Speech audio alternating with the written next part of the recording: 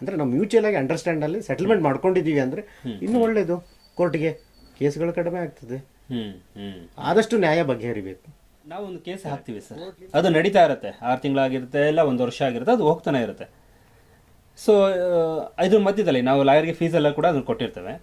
Sir ಇವಾಗ ಸದ್ಯಕ್ಕೆ case ನಡೆಸೋದೇನು ಬೇಡ, ಸೊ ಕೇಸ್ನ ನಾವೇ ನಮ್ಮ ಮನೆಯಲ್ಲಿ ಅಥವಾ ನಮ್ಮ ಹಳ್ಳಿನಲ್ಲೇ, ನಮ್ಮ ಊರಿನಲ್ಲೇ, ನಮ್ಮ ಬಂಧುಗಳ ಮಧ್ಯೆ ನಾವು ಅದನ್ನು ಪರಿಹಾರ ಮಾಡ್ಕೊಳ್ತೀವಿ ಅಂತಂದರೆ, ಸೊ ಅವರು ವಾಪಸ್ ಕೇಸು ನಾವು ವಿತ್ಡ್ರಾ ಮಾಡ್ಕೋಬೋದಾ ನಾವು ಅದನ್ನು? ಸಿವಿಲ್ ಕೇಸ್ಗಳಲ್ಲಾದರೂ ಮಾಡ್ಕೊಳ್ಬೋದು, ಕ್ರಿಮಿನಲ್ ಕೇಸ್ಗಳಲ್ಲಾದರೂ ಮಾಡ್ಕೋಬೋದು. ಕ್ರಿಮಿನಲ್ ಕೇಸ್ಗಳಲ್ಲಿ ಅಂತೇಳಿ CRPC 257 ಅಂಡರಲ್ಲಿ ಕಾಂಪೌಂಡೇಬಲ್ ಅಫೆನ್ಸ್ಗಳಲ್ಲಿ ಮಾತ್ರ ಬರ್ತದೆ. ಏನೋ ಜಗಳಾಡ್ಬಿಟ್ಟಿರ್ತಾರೆ ಅಣ್ಣ ತಮ್ಮ, ಅಥವಾ ಏನೋ ಮನೆ ಪಕ್ಕ ಜಗಳಾಡಿರ್ತಾರೆ, ಹೊಡೆದ್ಬಿಟ್ಟಿರ್ತಾರೆ, ನೇಚರ್ ಆಫ್ ದಿ ಉಂಡ್ ಅವಾಗ 323 ಬಂದಾಗ ಅದರಲ್ಲಿ ಕಾಂಪೌಂಡೇಬಲ್ ಅಫೆನ್ಸ್ ಅಂತ ಬರ್ತದೆ. ಆವಾಗ ನಾವು ರಾಜಿ ಆಗಿದ್ದೀವಿ ಅಂತೇಳಿ ಒಂದು ಅಪ್ಲಿಕೇಶನ್ ಹಾಕೊಂಡ್ಬಿಟ್ಟು 257 ವಿತ್ಡ್ರಾನು ಮಾಡ್ಬೋದು, ಕಾಂಪ್ರಮೈಸ್